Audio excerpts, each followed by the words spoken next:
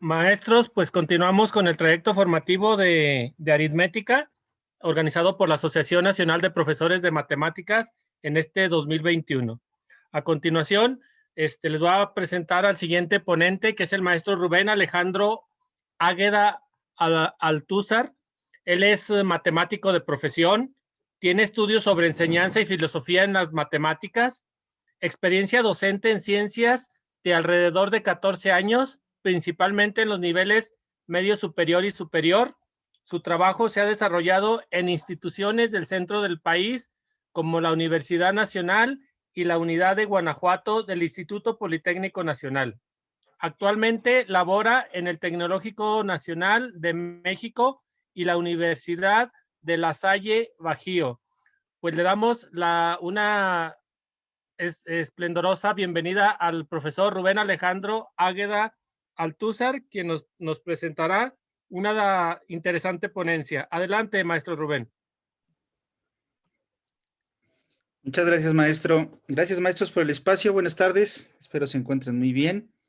Y a ver si ya con este ratito que tuvimos, despejamos un poquito la mente, ¿verdad? Vamos a adelantar el tema que teníamos planeado. Vamos a hablar de el cálculo del mínimo común múltiplo y el máximo común divisor. Es cierto que ya en tiempos pasados ya platicamos un poquito al respecto. Déjenme, vamos a compartir la pantalla.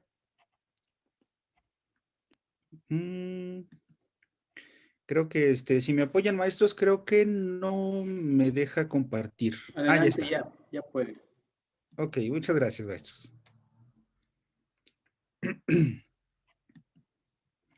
Bueno, pues vamos a hablar un poquito de algunas propiedades de los números que nos van a permitir trabajar con el mínimo común múltiplo y máximo común divisor, pero sobre todo lo que me gustaría platicar en este rato que nos queda es de algunas ideas que nos pueden servir de manera didáctica para que podamos construir los conceptos con los muchachos, ya sea a nuestro nivel secundaria o en el nivel bachillerato, sobre todo en el nivel secundaria, que es donde nos gustaría como diseñar este tipo de actividades. Pues bueno, las primeras cosas que me gustaría platicar son sobre los números primos. Ya en otros tiempos hemos trabajado un poquito con este tipo de cosas, ¿verdad? Pero bueno, ¿qué son los números primos? Y para esto voy a hacer referencia a las ideas, ¿de dónde vienen las ideas? Tienen que ver con Euclides y su libro 7.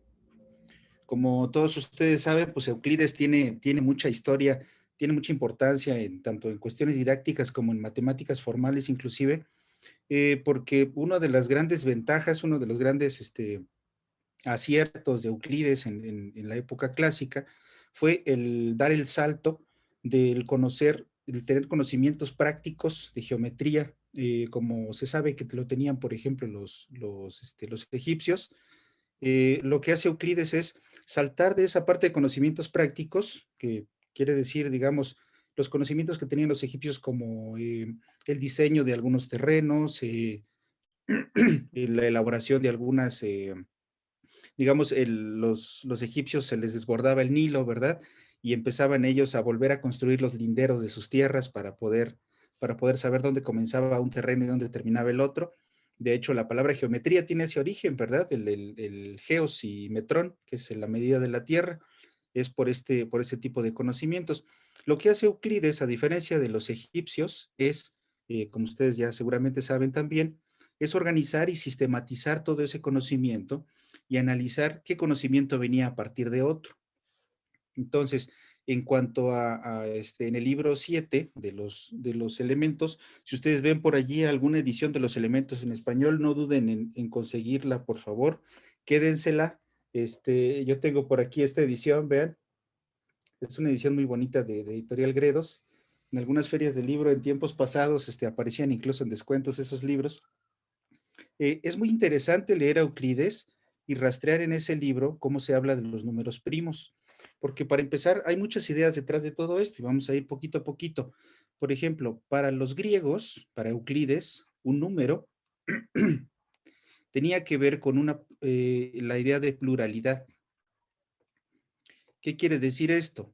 Pues la pluralidad de un número, nosotros hablábamos de un número, los griegos hablaban de un número, siempre y cuando hubiera una reunión de objetos, una reunión de una cantidad más grande que uno. Por eso, seguramente ustedes han escuchado en algún momento que los griegos consideraban al uno, no lo consideraban un número, porque precisamente no era un ejemplo de esa pluralidad de la que estamos hablando, ¿verdad? Si nosotros ya extendemos el concepto de número, hemos extendido la idea al número uno. Nosotros sí consideramos al uno como un número. Incluso por ahí hay algunas discusiones en donde ni siquiera el cero se considera como un número, pero bueno, nosotros también lo consideramos un número, es un número importante, pero los griegos no lo consideraban número, o sea, no consideraban el número al uno porque no era una reunión, ¿verdad? No había una reunión de objetos, no había una pluralidad. Los griegos no tenían un sistema de numeración como tenemos nosotros que data de los árabes, ¿verdad? Ya la invención de los números y de las operaciones algebraicas, aritméticas, inclusive tienen que ver con eso. Y nosotros ya podemos trabajar con todo ello, pero los griegos tenían muy asociado a la idea de número, a la idea de medición y la idea de la longitud de los segmentos. Por ejemplo, si nosotros tenemos aquí una unidad, digamos, estamos hablando de un segmento de una unidad, un centímetro, digámoslo, para fijar ideas nosotros. Entonces, lo que significaba para los griegos un número era pues pensar cuántas veces cabía este segmento en este otro, ¿verdad? En un segmento un poquito más grande. Y bueno, Euclides lo dice de ciertas maneras muy particulares. Dice que la medida de este segmento significa la reunión de esta unidad de medida y que el número es la representación de esa medida. Porque bueno, hay que tomar con cuidado la idea de la medida, porque para nosotros, ¿qué significa medir una longitud? Lo que significa es tomar, por ejemplo, una unidad de medida que para nosotros es el metro y la comparamos con la longitud que queremos medir. Pero nosotros tenemos ya un procedimiento sofisticado que significa tomar la unidad de medida y si la unidad de medida no cabe un número entero de veces en lo que queremos medir, tenemos que partir la unidad y al partir esa unidad, pues entonces ya hablamos de pedazos más pequeños, decímetros, centímetros, e inclusive si no alcanzamos a acomodar una cantidad entera de veces esos centímetros, pues partimos otra vez la unidad, ¿verdad? Pero no es en ese sentido en el que los griegos tomaban una unidad de medida y la comparaban con otra, sino nosotros vamos a hablar de segmentos, cuando hablamos de número, en el sentido del libro 7 de Euclides, es porque hablamos de que la unidad de medida cupo un número entero de veces en el segmento que queremos medir. En este sentido, podríamos tener que la unidad la medida de este segmento podría ser, por ejemplo, perdón, ustedes aquí también está haciendo frío y como que está queriendo hacerme daño. Son 6 unidades, por ejemplo, podríamos decir, que mide este segmento, ¿no? Más o menos es lo que mide si lo comparamos allí. Y entonces, vamos a tener unos segmentos que son un poquito más fundamentales, que ahorita vamos a ver en qué sentido son un poco más fundamentales, que van a tener, por ejemplo, 2 unidades de longitud o 3 unidades. Y ustedes seguramente ya están teniendo idea de a qué me refiero, ¿verdad? Déjenme, vamos a dibujarlos bien. G y H. Bueno, entonces si yo tengo ejemplos de segmentos que tienen esas medidas, ustedes podrían decir, bueno, estamos dándole muchas vueltas a este asunto, ahorita van a ver por qué. Es importante como observar nuestros fundamentos para nosotros saber a qué nos referimos, ¿verdad? Con las ideas o de dónde vienen las ideas que nosotros tenemos. Y bueno, puse ahí 3 ejemplos de segmentos. Uno que tiene 2, otro que tiene 3, uno que tiene 5 unidades. Esos segmentos, si ustedes los observan, y vamos a compararlos con segmentos más grandes. Lo que hace Euclides en su libro 7 es comparar este segmento, por ejemplo, de 2 unidades, y él va a decir que este segmento cabe 3 veces en el segmento más grande que mide 6, y entonces esa es la idea de la multiplicación, ¿verdad? Si yo digo que este segmento cabe 3 veces en el de 6, estoy diciendo que el número 6 se puede construir a partir del 2 si utilizo 3 copias de él. O análogamente, si utilizo el segmento de 3 unidades y lo pongo 2 veces en el segmento de 6, pues estoy construyendo también el segmento de 6 utilizando el segmento de 3. ¿Vale? Pero bueno, esto que estoy haciendo con el segmento de 6 unidades, no lo puedo hacer de ninguna manera con el 2 y con el 3. ¿Por qué? Porque como no está permitido para mí, para Euclides, para la aritmética, con segmentos, el partir un segmento, o sea, hacer pedacitos mi unidad de medida, entonces lo único que puedo yo hacer es tomar la unidad de medida y meterla 2 veces aquí. Pero entonces, cuando yo puedo construir un segmento más grande a partir de otro más pequeño, voy a decir que ese segmento grande toma parte, digo, el segmento pequeño forma parte o toma parte del segmento más grande, ¿sale? En otras palabras, lo que quiero decir es que el 6 es un múltiplo del 2, hablando en términos aritméticos, ¿verdad? Pero como el 2, por ejemplo, lo tengo que construir a partir de la unidad de medida, y la unidad de medida es el 1, y el 1 no es un número, no es una pluralidad, entonces este número 2, este segmento que mide 2, el segmento que mide 3, el segmento que mide 5, son unidades fundamentales. O sea, son segmentos que se comportan más o menos como la unidad, pero que no son una unidad. O sea, ¿y cuál es la diferencia? La diferencia es que el segmento de medida 2, 3, 5 son plurales, ¿verdad? O sea, son una reunión de unidades. Eso sí son unos números con los que puedo yo construir otros segmentos. Por eso es que el 2, el 3 y el 5 se consideran como segmentos fundamentales o primarios o números primos. Esa es la idea de los números primos. Nosotros decimos ya, como tenemos permitida la divisibilidad entre varios números, que por ejemplo, el número 7, pues es un número primo, y nuestra definición de número primo, ¿qué cosa es? Pues es un número que solo se puede dividir entre uno y entre sí mismo, ¿verdad? Que es el número 7 otra vez. Pero para los griegos, ese dividir entre uno no es posible, o sea, no existe la división entre uno. ¿Por qué? Porque no puedo yo construir un segmento más grande, una pluralidad grande, a partir de un segmento que no es plural. No sé si me explico en la idea. ¿Sale? Entonces, pues resulta que el segmento de una longitud prima, o sea, el número primo, es un segmento que es plural y que se comporta como si fuera mi unidad de medida. Por eso cuando hacemos la criba de Eratóstenes y vamos tachando todos los números como el 6, que se puede construir a partir del 2 o a partir del 3, es que quedan sobrando los elementos fundamentales, y en este caso son los números primos. O sea, de ahí viene la idea del número primario, el número primo. Hasta aquí déjenme ver el chat a ver si hay alguna pregunta.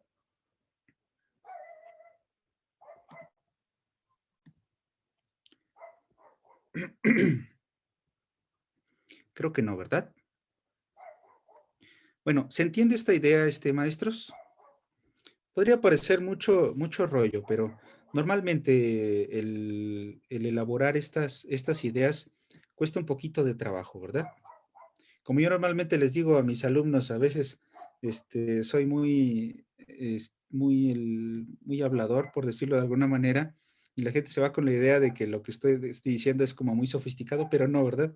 Es normalmente el verle muchas aristas a las cosas, ¿sale?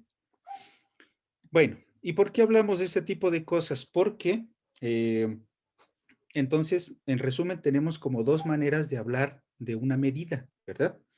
Los problemas griegos de no encontrar un número que me ayude a medir la diagonal de un cuadrado, por ejemplo, es un problema sofisticado si ustedes se dan cuenta de que mi medición significa comparar un número entero de veces una unidad de medida en otro segmento, ¿verdad? O sea, cuando nosotros tenemos esto, pues ya el Pitágoras nos permite decir que esto es raíz de 2, o sea, el teorema de Pitágoras o de la escuela de Pitágoras, que dicen algunos historiadores, porque algunos cuentan que no fue necesariamente planteado por Pitágoras, sino alguno de los miembros de su secta, ¿verdad? La escuela pitagórica. Entonces, ¿qué significa medir en este sentido? Hay dos maneras de medir, vamos a ponerlo aquí. Dos maneras de medir que nos permiten construir dos tipos de números. Esta manera de medir la pongo ahorita para que se note la diferencia y para que observemos que en este sentido es en el que no voy a trabajar, pero se lo señalo porque lo quiero descartar. ¿Qué significaría medir la diagonal de un cuadrado? Bueno, no me salió muy cuadrado, pero ¿qué significaría medir la diagonal de un cuadrado? Significa que voy a agarrar una unidad de medida y la voy a comparar aquí encima, ¿verdad? Entonces la pongo una vez y entonces digo, ya cupo una vez la unidad de medida. Luego tengo que partir mi unidad de medida en 10 pedazos y resulta que esa unidad de medida cabe 1, 2, 3, 4 veces, ¿sale? Entonces tengo 4 décimos. Y entonces luego voy a tener que dividir en 10 pedazos el pedazo que había la décima parte, que entonces tengo centésimos, y así voy a estar haciendo para obtener mi raíz de 2, ¿verdad? Lo inconmensurable de estos números, que es a lo que se refiere la palabra irracional, porque por ahí se señala también que esto de irracional o racional es una mala traducción del latín, se deberían de haber traducido como conmensurable o inconmensurable. La idea es que sea inconmensurable porque si ustedes observan, la unidad de medida se va a estar partiendo cada vez en pedacitos más pequeños y ustedes nunca van a terminar, porque una de las características de este tipo de números es que tienen una cantidad infinita de decimales y cada decimal que agrego significa que partí mi unidad de medida en pedacitos y estuve acomodando pedacitos en la longitud y resulta que el proceso de medir es un proceso infinito, ¿sale? Entonces, por ese tipo de problemas les causaba muchas broncas a los griegos, ¿sale? Ese es uno, ¿verdad? Otro de los problemas que normalmente sucedieron es el cálculo de la orilla de un círculo. O sea, de la circunferencia, ¿verdad? Porque no es lo mismo el círculo que la circunferencia. Y como nosotros sabemos, la circunferencia es pi por d. En algún momento, trabajando en un museo de ciencias, y había en ese museo varias maquetas en donde ponían varios círculos de tamaño distinto.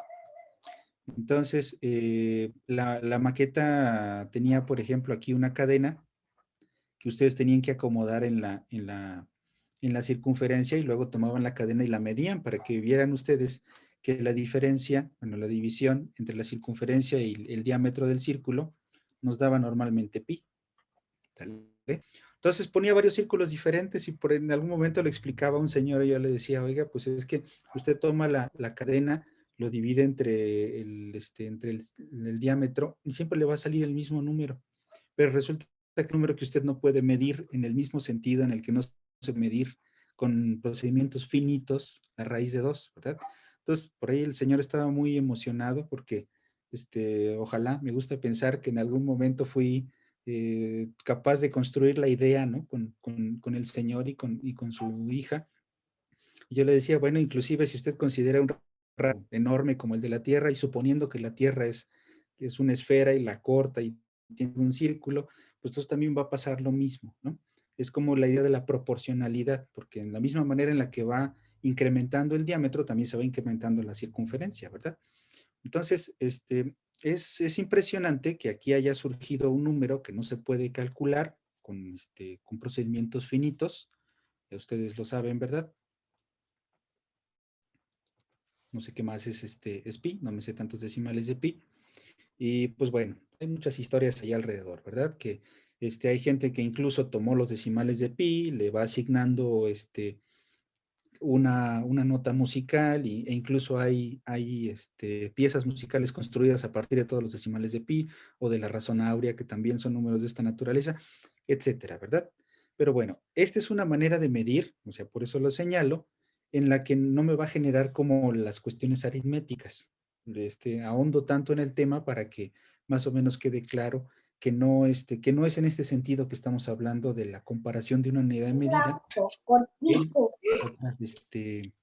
en una longitud más grande, ¿verdad?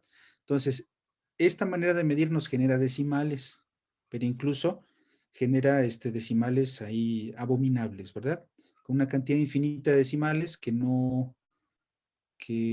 nunca van a terminar y que no cumplen con ningún patrón, ¿verdad? Como el 1/3, el 1/9 son números, son fracciones que sí nos generan decimales infinitos periódicos, ¿verdad? Eso sí son fracciones. Bueno, la segunda manera de medir, que es la que a mí me interesa,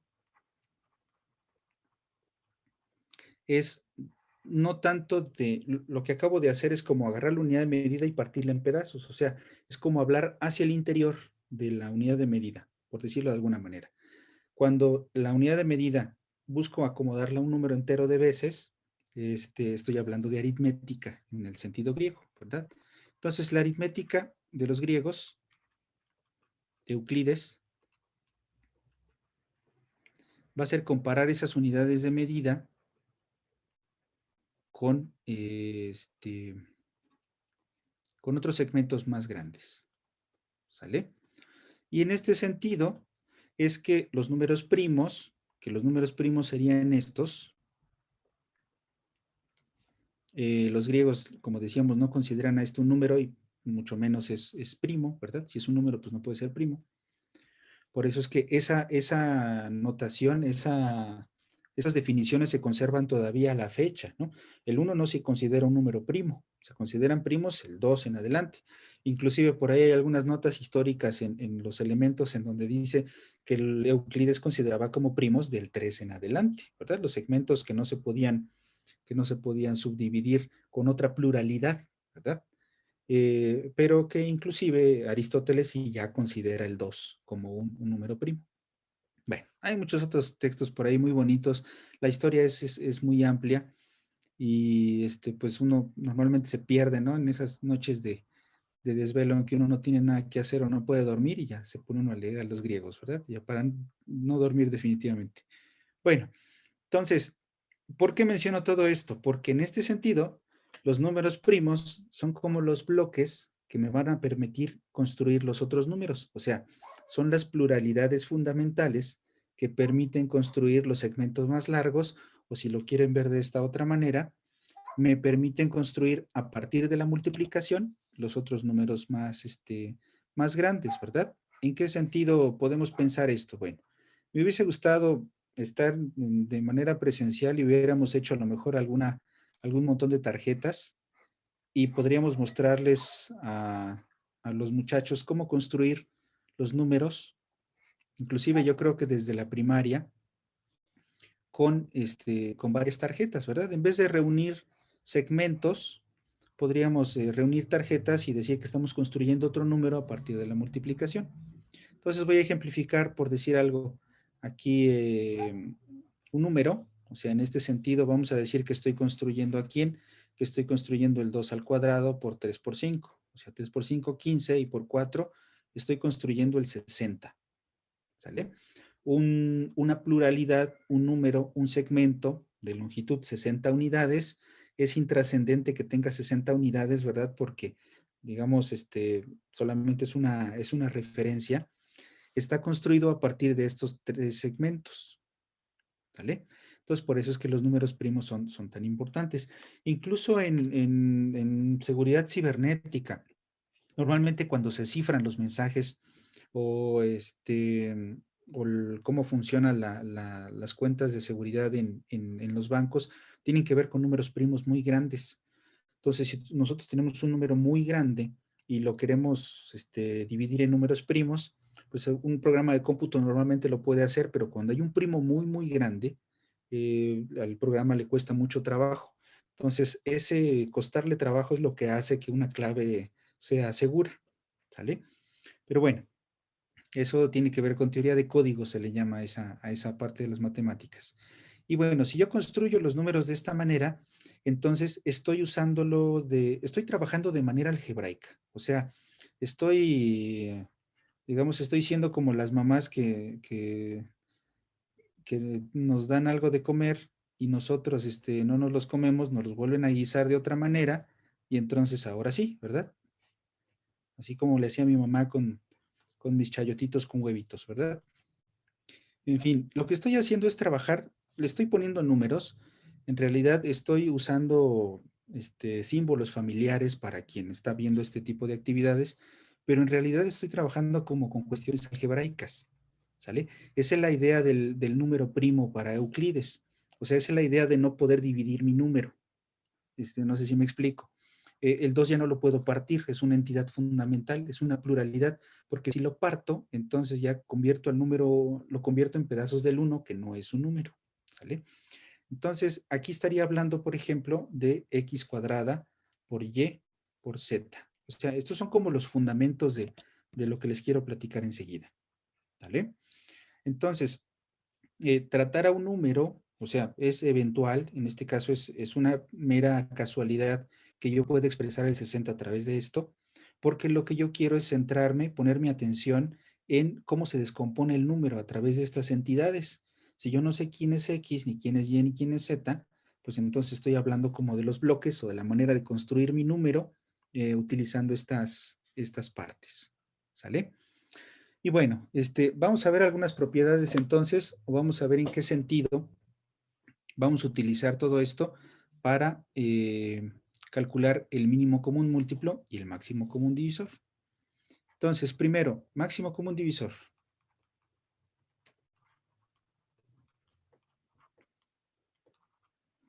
Normalmente, ¿qué nos dicen nuestros maestros de secundaria, de bachillerato? Pues es un divisor, es común y es máximo. ¿Sale? Son las tres cualidades. Cuando estamos trabajando con algunos números, por ejemplo, voy a poner aquí el 24 y el 18, pues ¿qué hacemos como mnemotecnia, verdad? Pues buscamos un número que divida a los dos al mismo tiempo, eso quiere decir que es un divisor común y que sea máximo, ¿sale?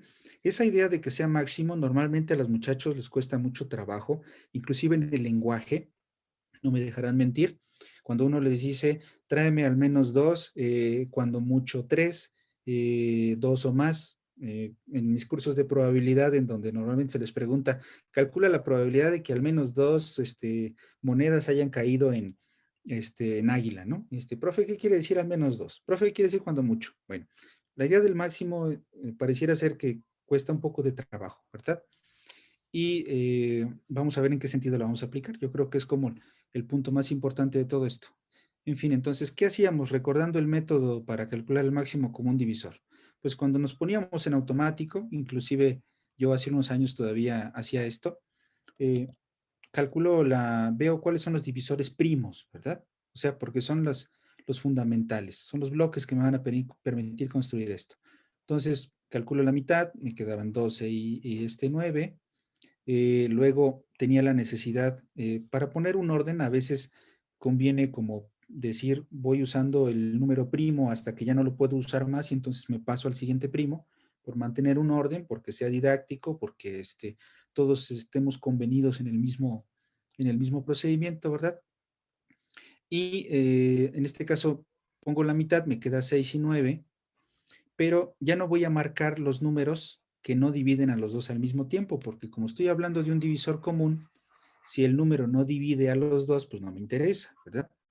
Entonces, igual aquí otra vez vuelvo a usar el 2 hasta que tengo el 3 y el 9, no lo marco porque no divide 9, 3, 1, 3, sí ya lo marco, y bueno, si tengo necesidad de despedazar el número completamente hasta que se quede el 1, le pongo el 3, pero este 3 pues ya no forma parte de los divisores comunes, ¿verdad? Y entonces, pues decía yo 2 por 3, 6. Ahí está el máximo común divisor, ¿no? Y así en abstracto y con el método, pues no tiene ningún significado, ¿verdad? Simplemente estoy siguiendo un algoritmo, trabajando con un pequeño método, ¿verdad? Pero bueno, si ustedes piensan en los números, así como yo les estaba platicando ahorita, despedazados de manera algebraica, o sea, este número sería, ¿cuántos son? 4 por son 8 por 3, ¿verdad? Su descomposición en primo sería esta, por un lado. La descomposición del 18 sería 3 por 3, 9, por 2, 18. Y entonces vemos cuáles son los que tienen en común, ¿no? ¿Y qué fue lo que sucedió? Si marqué el 2, este 2 que marqué por acá, fue porque los tenía en común, es como para ver la estructura, y este 3 lo marqué, pues también es porque estaba en los dos lados. Y entonces lo que sobra es precisamente lo que no tienen en común los números. Si tratamos de construir esta idea para diseñar alguna actividad que sea didáctico y llegar, digamos, a este método de cálculo simplemente como un procedimiento, una mnemotecnia, así como cuando hacemos un acróstico para memorizar algo, entonces yo creo que vale más la pena trabajarlo con los estudiantes. Hay quien dice, por ejemplo, que eh, los gringos, como le dicen al máximo común divisor, el máximo factor común. O sea, en el inglés normalmente lo ponen así, ¿verdad? Entonces, piensan en una situación como esta. Si tú tuvieras el 18 más el 24, lo piensas más o menos de manera algebraica, de la siguiente manera. O sea, lo que hacemos es, por ejemplo, el 6, que yo ya sé que se obtuvo de aquí, ¿verdad? Bueno, me faltó marcar mi 3. Si yo factorizo el 6 de las dos cosas, 6 por 3 me da 18 y 6 por 8 me da 24. ¿Sale? Entonces, si yo estuviera ante esta situación, que básicamente es una situación algebraica en donde yo tengo que factorizar o quitarle a los dos números lo más grande que tengan en común, entonces justifica el hecho de que aquí adentro me queden cosas que ya no tienen nada en común. ¿Vale? Si yo pienso en el 3 y en el 8 como bloques, pues estaría pensando, por ejemplo, en que el 3 tiene un bloque de 3 nada más y que el 8 está construido a partir de 3 bloques de 2. ¿Qué tienen en común estos números? Pues nada, ¿verdad? A pesar de que el 8 no es un número primo, o sea, es un número compuesto, es una pluralidad que se puede construir a partir de esta pluralidad del 2, no tiene nada en común con el 3. Y entonces cuando tenemos este tipo de situaciones es cuando decimos que los números 3 y 8, la pareja de números 3 y 8, son primos relativos. ¿Sale? Porque la relación en la que uno no se puede construir a partir del otro, o sea, no necesariamente son primos, pero como uno no se puede construir a partir del otro, como que no tiene nada que ver a través de la relación de divisibilidad. Entonces, por eso se les llama primos relativos. Y cuando uno encuentra primos relativos, es porque estamos hablando de esa característica. Ya no tienen nada en común, porque todo lo que tenían en común ya se lo quité. ¿Sale? Déjenme ver, creo que me están escribiendo algo en el chat. ¿Qué dice por allí? Ah, escribí algo mal. A ver, déjenme ver. 3 por 8, 24. ¿En cuál este? Ah, sí. Por eso decía que es un 8, ¿verdad? Digo que es un 4. Sí, muchas gracias. A ver, permítanme. Sí, lo vamos a corregir. Es un 4, ¿verdad? 6 por 4, 24, sí. Por eso digo que son dos bloques de 2. Muy bien, muchas gracias, maestros. Sí, bueno, la idea es la misma, ¿verdad? No deja de ser cierto todo lo que les dije, afortunadamente, con la corrección que me hicieron. Muchas gracias. ¿Sale? Entonces, bueno, la idea es que estoy poniendo todo esto. Yo sé que ustedes definitivamente se saben todo este relajo, pero más bien a lo que me quiero referir es a esa idea, ¿verdad? Lo máximo que se tiene en común y que si se lo quitas, quedan cosas que ya no tienen nada en común. ¿Sale? Entonces, este es máximo factor común. Y estoy haciendo mucho relajo, mucho brinco y sombrerazo dando el suelo tan parejo, porque quiero que piensen en las siguientes actividades que les voy a platicar en términos de estos temas, ¿verdad? Y bueno, ya nada más para mencionarlo, si aquí tuvieran, por ejemplo, la misma situación, x, 3 factores, y, inclusive para los primeros temas de álgebra, yo creo que vale la pena plantear la factorización por factor común, que también les cuesta mucho trabajo a los muchachos del primer año de bachillerato, la factorización por factor común, porque la idea de abstraer, o sea, de reunir, por ejemplo, lo que tienen ustedes acá, o sea, si yo les pido factoriza x al cubo y más xy al cuadrado, a los niños les cuesta mucho trabajo el tener a la mano esa idea de qué tienen en común, porque para empezar, a veces la expresión no tiene significado, ¿verdad? Pero bueno, si nosotros pensamos en que son reuniones de objetos, así como lo estoy poniendo yo allá arriba, que es una de las maneras en las que luego yo lo explico y me ha funcionado, es que entonces podemos ver que incluso si se podría hacer como en objetos físicos, como les decía, con tarjetitas, podríamos quitar una copia de la X y una copia de la Y, que es lo que le podemos quitar en común. Entonces pongo XY aquí y lo que me sobra es, ¿qué cosa es? Son dos copias de la X y una copia de la Y, ¿verdad? Sí estoy haciendo bien las cosas. A ver, permítanme. Sí, ¿verdad? 2 por 3. Sí, es que escribí las cosas al revés. Bueno, es Y con X, ¿verdad? Bueno, bueno, está bien. Vamos a dejar así como estaba. Sí, este es el 4, donde me había equivocado, ¿verdad? Es 2 por 2 y este es el 3 que yo tenía aquí. O sea, es la misma idea. ¿Por qué? Porque en el álgebra emulamos lo que sucede con números en particular, ¿verdad? Sale, x cuadrada más y. Bueno, si lo pensamos de esa manera, pues ustedes observan el x cuadrada con el y, ya no tienen nada en común, y el xy es lo máximo que tenían en común estas dos cosas. ¿Sale? Un detallito a propósito de que estoy poniendo esto en la pizarra. Normalmente también hay niños que piensan, y eso es muy, muy interesante. Oiga, ¿y por qué nada más apareció el XY una vez y lo tenía dos veces? ¿No? O sea, como los niños piensan, aquí apareció una vez el XY, aquí apareció otra vez el XY. Digo, menciono esto porque también me llama mucho la atención las cuestiones de desarrollo cognitivo.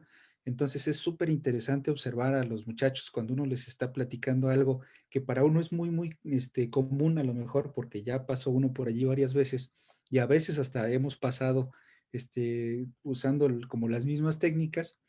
Los niños piensan, tienen XY, ¿y por qué aquí aparece una vez solamente la XY? Si aparecía dos veces allá, ¿qué le pasó a la otra copia? ¿No? Es algo muy interesante. Y bueno, normalmente yo relaciono eso con el lenguaje y les digo, piensa en la siguiente frase, tienes un niño y un adulto, eh, no sé, atendidos. ¿Sale? La palabra atendidos, que es una especie como de adjetivo, hace referencia a estos dos. Y entonces quiere decir niño atendido y adulto atendido. Bueno, es por citar un ejemplo, ¿verdad? Entonces, lo relaciono con el lenguaje y les platico que son como las reglas del juego y que cuando decimos atendidos es el adjetivo que califica tanto a un sustantivo como al otro y reemplaza la frase niño atendido, adulto atendido, ¿no? Se pueden usar otras palabras definitivamente, ¿verdad? Ustedes pueden tener más creatividad que yo en este momento, pero lo relaciono con eso, ¿sale? Entonces, es como la idea de mostrar las cosas en común. ¿Qué me dice por allí? Bueno, sí, por ahí la maestra Lorena dice que está de acuerdo conmigo. Muchas gracias, maestra. Sí, es importante, ¿verdad? Es lo bonito de poder platicar con colegas, porque definitivamente yo cuando los escucho, que estaba escuchando las pláticas anteriores, o en este momento que tengo yo la fortuna de tener el micrófono, ¿verdad? Nos entendemos. Muy bien. Entonces, ¿para qué todo este relajo? Vamos a pensar ahora mejor en problemas, ¿verdad? Problemas de uso del máximo común divisor. Máximo común divisor en problemas. Incluso fíjense, la notación cuando uno dice MCD es común que lo ponga en mayúscula porque nos da la idea que estamos quitándole a los números, a las parejas, a los grupos de números, lo máximo que tienen en común, ¿verdad? Le quito lo más posible. Sale. Entonces piensen en el siguiente problema. Ustedes tienen un suelo embaldosado, bueno, tienen a lo mejor un salón, ustedes se compraron un salón de fiestas y y el salón de fiestas tiene una longitud de 18 metros y otra de 24 metros, ya saben para dónde voy, ¿verdad? Y lo que ustedes quieren es embaldosarlo, o sea, ponerle mosaico, pero usando la menor cantidad de piezas posibles, ¿sale? Poner mosaico cuadrado, ¿verdad? Usando la menor cantidad de piezas posibles. Este problema, esta situación, se podría presentar antes de platicar todo lo que yo les acabo de comentar, ¿verdad? O sea, ¿por qué? Porque si yo diseño alguna actividad, incluso podría ser como el fundamento para platicar para elaborar algún material didáctico, o inclusive si lo queremos hacer con los niños de primaria, pues bien, podríamos pues hacer la maquetita y mostrarles piezas de diferente tamaño, ¿no? Y podemos poner ahí los cuadritos y ver en qué casos se usan más cuadritos, en qué casos se usan menos, y finalmente llegar tal vez a la conclusión de que se está usando el máximo común divisor, ¿sale? Y bueno, ¿en qué situación se usa el máximo común divisor? ¿O qué podrían pensar ustedes de este problema? ¿Por qué se los pongo como máximo común divisor? ¿Y qué tiene que ver con la palabra menor, verdad? ¿Sale? Los problemas de llenar un espacio con figuras geométricas, que la gente le llama teselaciones, son problemas bien interesantes. Construir una reunión de figuras geométricas para cubrir un espacio, o sea, construir una tesela, se le llama, son problemas interesantes porque tienen ahí muchas matemáticas de fondo. Incluso por ahí seguramente han escuchado el problema de los 4 colores, que consistía en buscar la manera de pintar el mapa de Europa, pintar los países del mapa de Europa únicamente con 4 colores, con la condición de que 2 países vecinos no tuvieran el mismo color. Problema que resultó bastante difícil y que lo resolvieron despedazándolo en muchos casos a través de cómputo, ¿verdad? Pero hay otros tipos de problemas también muy interesantes en ese sentido. O no sé si conocen, seguramente conocen a Escher también. Maurits Cornelis Escher, lo voy a apuntar por acá. MC Escher. Este, este señor fue un grabador, me parece que austriaco, que trabajó con un geómetra de apellido Coxeter. Se encontraron alguna vez. Coxeter le platicó de los principios geométricos y Escher, como era un artista, pues los implementó. No sé si han visto ustedes estas figuras en donde eh, hay una serie de personas caminando en una escalera que aparentemente va bajando, pero ustedes vuelven a ver que vuelve a subir, o estas ilusiones ópticas donde hay una columna que al parecer está en la esquina de una parte del techo y termina en la esquina opuesta del piso de abajo. Ese tipo de cosas son situaciones que tienen muchas matemáticas, hay mucho de geometría. Seguramente en el próximo trayecto los profesores van a hablar de eso. Y son situaciones muy vistosas y que pueden dar pie a discusiones interesantes, ¿verdad? Pero bueno, entonces, ¿por qué usamos el máximo común divisor? ¿Por qué esta es una situación donde usamos el máximo común divisor? ¿Quién nos escribe por ahí o alguien si gusta escribirnos? Bueno, la maestra Claudia dice, los mosaicos deben ser lo más grande posibles. Pues sí, ¿verdad? Pero el hecho de que la figura sea un cuadrado también es importante, porque al ser un cuadrado quiere decir que yo debo de acomodar la pluralidad de los segmentos, o sea, así como lo estábamos platicando al inicio, ¿verdad? Debo de acomodar los segmentos para que la longitud del segmento del mosaico, la longitud de la base y del ancho, tiene que ser del mismo tamaño en los dos lados para que sea un cuadrado y tiene que dividir al mismo tiempo al 24 y el 18. ¿Sale? O sea, bueno, es una longitud muy grande, ¿verdad? Como para hablar de mosaicos. A lo mejor podemos hablar de una pieza de concreto, ¿no? Pero pues lo que puedo yo hacer para quitarme de problemas, pues es dividir en metros, ¿no?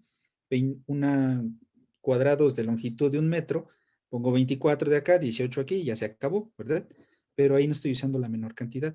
Entonces, la necesidad de usar la menor cantidad para que la longitud sea lo más grande posible hace que la longitud del cuadrado sea precisamente el máximo común divisor de las dos cantidades. ¿Sale? Bueno, entonces, si yo calculo el máximo común divisor en este caso, perdón, ¿había una pregunta?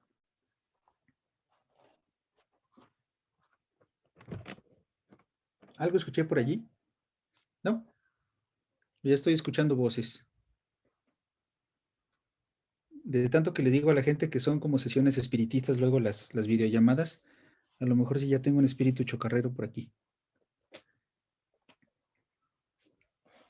Bueno, Sí, entonces el máximo común divisor me ayuda a tener la longitud más grande. O sea, que el máximo común divisor aquí sea 6 y 6. Quiere decir entonces que voy a poder yo cuadricular esta longitud, ¿verdad? No me va a salir muy derechito. Entonces tengo acá 4 pedazos y de este lado tengo 3, ¿verdad? Y esa es la mínima cantidad de piezas, suponiendo que son cuadrados, ¿no? Otras preguntas que se pueden hacer: ¿cuántos cuadrados es la cantidad mínima que debe de tener?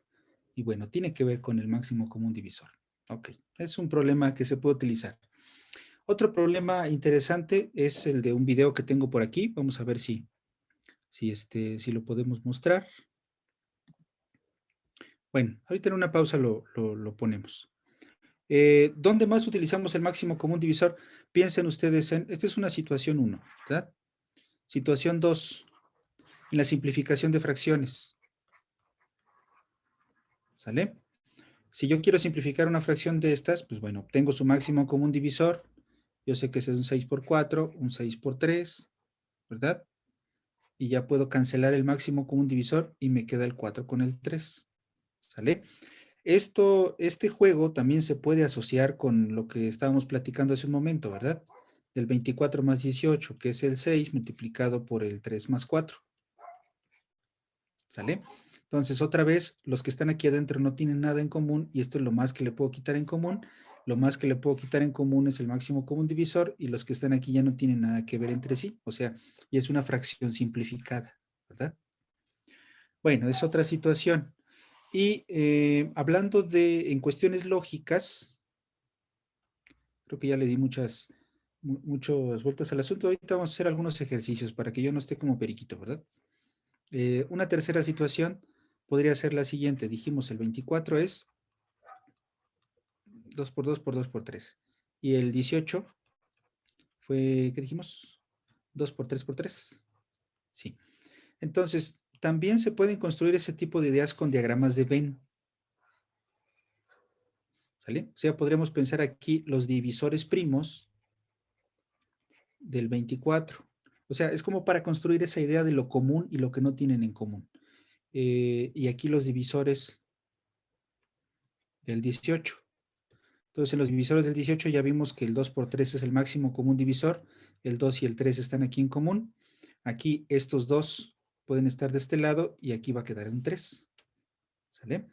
Entonces, en los diagramas de Venn, incluso lo ven en los memes que dicen por allí, lo que quiero y lo que puedo, ¿no? Y en fin, hay varias cosas por ahí, incluso un poco ahí graciosas, ¿no?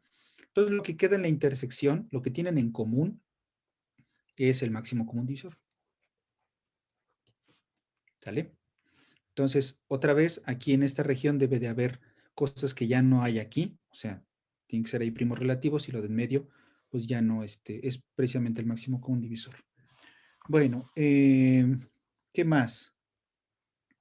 Sale, hay otra manera de construir el máximo común divisor que también tiene que ver con los segmentos y también se puede diseñar en alguna actividad con los muchachos. Vamos a poner se le llama el algoritmo de Euclides. Como ustedes saben, Euclides, como les había mencionado en su libro 7, bueno, del libro 7 en adelante, son los libros de aritmética de los elementos. Tiene una manera de construir el máximo común divisor que atiende a cuestiones geométricas.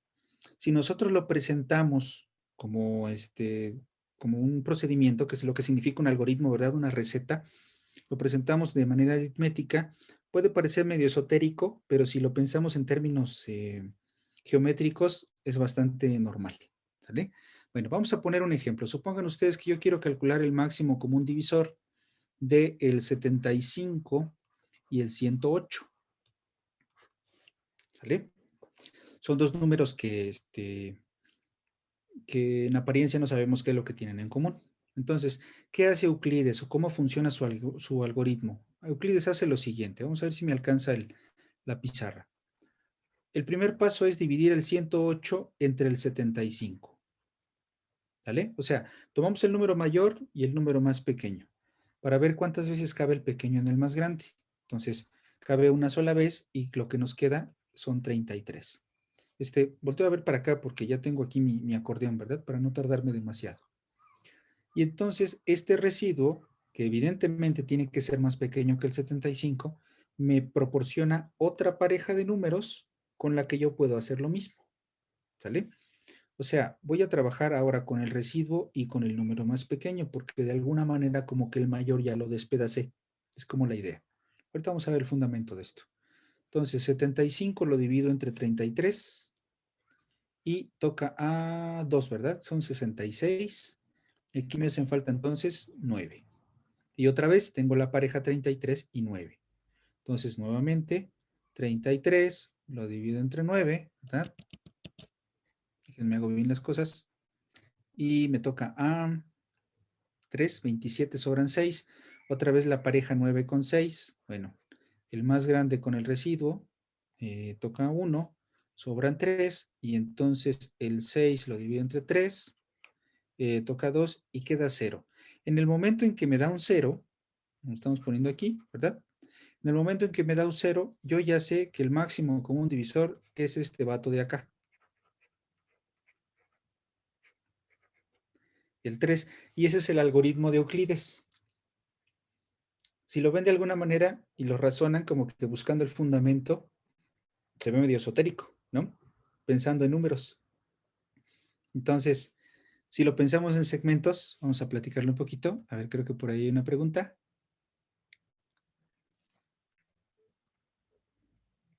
Creo que no, ¿verdad?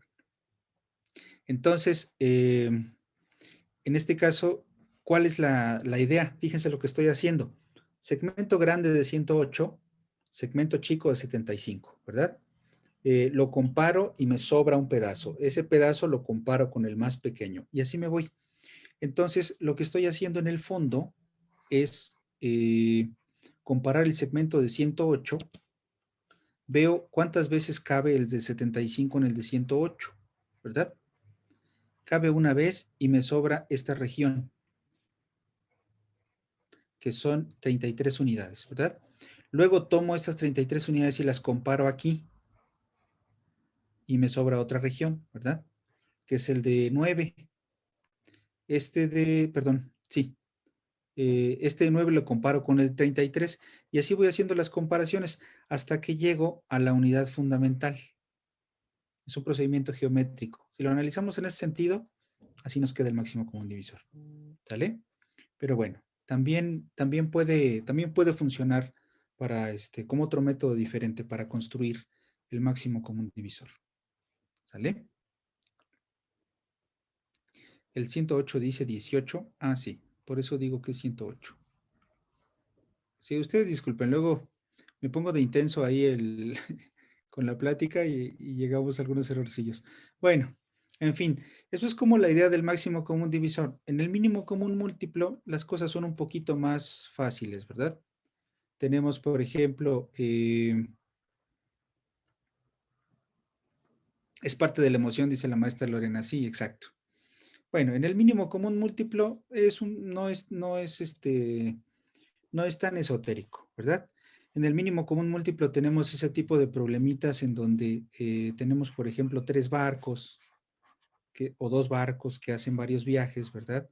Un barco hace 5, llega al puerto cada 5 días, otro cada 10 días y el otro cada 12 días, ¿no? Entonces, el mínimo común múltiplo, ¿qué cosa es? Pues el lugar en donde se van a encontrar los 3 de nuevo. Si los 3 salen al mismo tiempo, donde se encuentran los otros, los barcos, pues en el mínimo común múltiplo, ¿verdad?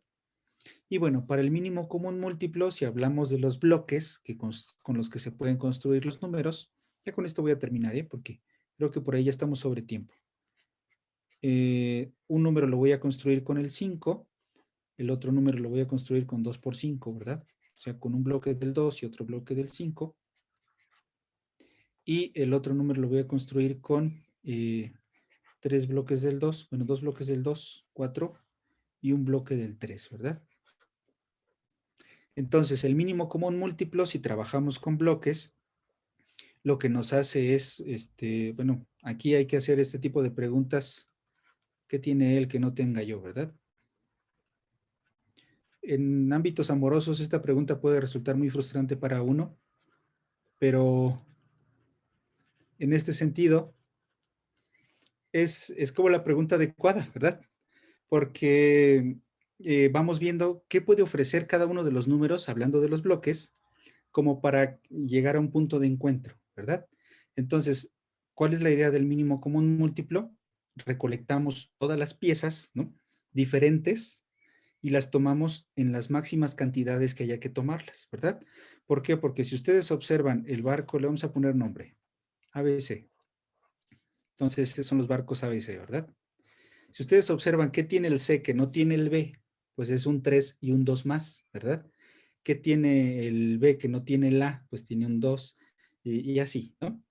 Entonces, la cosa es que complementemos todos los números hasta todo lo que necesitan para que los tres lleguen a tener lo mismo y ese es nuestro mínimo común múltiplo, ¿verdad? Es el punto de encuentro que se puede ejemplificar en problemas de engranes, ¿no? Tengo yo dos engranes, un engrane que tiene 10 engranes, una pieza mecánica que tiene 10 engranes, otra que tiene 12, las dos tienen una marca en medio, entonces giran, ¿verdad? Una es más chica que la otra. ¿A los cuántos giros se vuelven a encontrar? Pues hay que ver el mínimo común múltiplo otra vez, ¿verdad?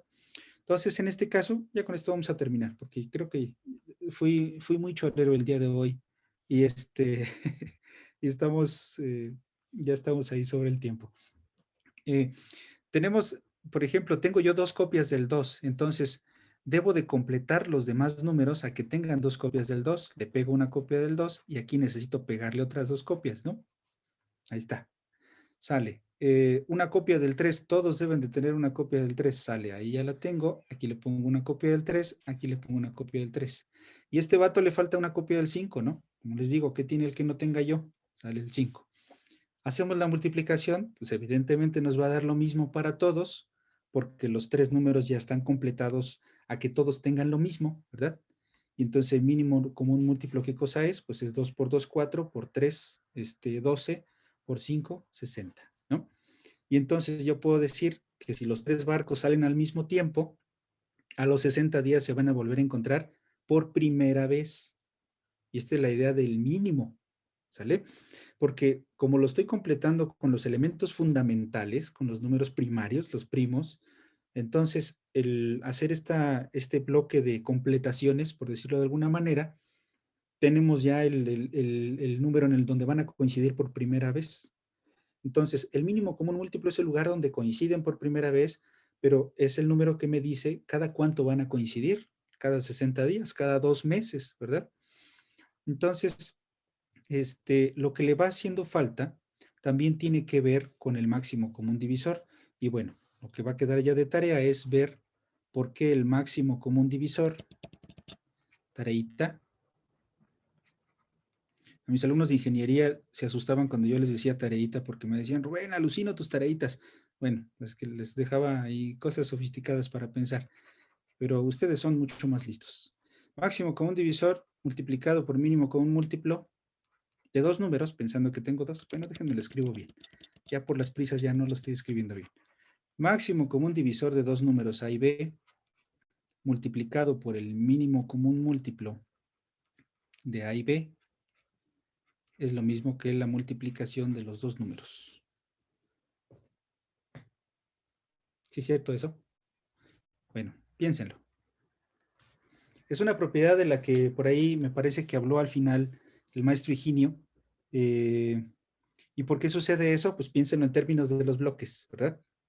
El punto de encuentro más lo que tienen multiplicado por lo que todos tienen en común, creo que es la división. No, sí está bien, creo que sí. Está bien. Entonces, les va a dar la multiplicación de los dos números. ¿Sale? Muy bien. Bueno, pues voy a dejar de presentar, maestros. Si gustan, convierto en PDF esto y se los comparto un ratito más. ¿Vale, vale? Para que lo tengan por allí a la mano. ¿Alguna pregunta, alguna duda, comentario? Maestro Tiscareño. Hola Rubén, soy Mónica Monroy. Yo voy a Maestra cerrar la Mónica. sesión. ¿Cómo estás? Gusto en verte. Pues mira, ahorita he estado monitoreando el chat. No veo dudas. De hecho, salen comentarios muy positivos. Están muy agradecidos, que muy clara tu explicación y amena, que les gusta cómo llevas la sesión, que muy claro, y que te agradecen, ¿no? Que compartas los materiales, muy dinámica la sesión. Entonces, pues ya hay como estos comentarios de agradecimiento. Y pues bueno, yo también agradecerte por participar en este taller, en esta penúltima sesión del trayecto formativo de aritmética. Ya con esto vamos a cerrar el día de hoy y pues bueno, recordarles que el día de mañana ya es la última sesión de talleres de este trayecto formativo, arranca a las 8 de la mañana y termina a las 2 de la tarde y también comentarles que a las 12 del día de mañana, sábado 13 de febrero, se tendrá la conferencia propuesta para la educación matemática en el siglo XXI en México con el maestro Antonio Román Martín Adrián de España, ¿no? Y posteriormente será la clausura y evaluación de estos cursos del trayecto formativo de la enseñanza de la aritmética. Pues entonces los animamos a participar mañana para este cierre. La conferencia va a estar muy interesante y pues también les recordamos que por favor tomen asistencia con la liga que mandó el maestro Paul para que posteriormente les puedan estar haciendo llegar sus constancias de participación. Pues muchísimas gracias, Rubén. Muchísimas gracias a todos. Espero que hayan sacado mucho provecho de esta sesión. ¿Quieres decir algo, Rubén? Adelante.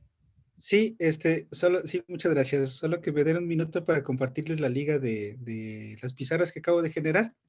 Claro que sí, adelante. Y si me dejan tomar mi asistencia yo también, porque no había visto la liga. Bueno, Sí, ya claro, encontré. por aquí anda, ahorita la buscamos de nuevo, en el chat, la compartimos de nuevo, aquí está. Ahí está. Sí, muchísimas Em, gracias, maestros. A ver, déjenme comparto entonces la liga al PDF. El PDF no se genera, maestros, en el mismo color negro o blanco. Digo, negro con los colores que se tienen, pero bueno, de alguna manera sirve de referencia ahí. Y si hay si algún comentario o alguna necesidad, pues ahí saben ustedes que estamos al pendiente. Perfecto. También hay una pregunta por aquí que si dicen que a los que no son miembros activos otorgarán constancia, recuerden que la constancia se otorga si se registraron para este trayecto formativo, si realizaron el pago y también si han cumplido con el mínimo de asistencias requerido para su acreditación. Bajo esos criterios, entonces estarán recibiendo su constancia. Ya con esto, bueno, Rubén, tú ya nos dices, ¿ya compartiste la liga todavía en el chat? No. Creo que no, creo que nada más se lo mandé al maestro Tiscareño. Discúlpeme, maestro. Ajá, a lo mejor ponerle ahí ¿cómo se llama? Para todos. Sí, exacto. Solo que no pude poner la liga, estoy compartiendo el archivo para Ah, que ok. Ahí está, perfecto. ya está, ¿verdad? Súper, muy bien. Entonces ya para que por favor los que participaron, tenemos ahorita 106 participantes, puedan por favor descargar el archivo en PDF que nos acaba de compartir el maestro Rubén. Pues bien, eso sería todo por el día de hoy. Agradecemos mucho su participación. Gracias, Rubén. Que descansen y nos vemos el día de mañana. Buenas noches.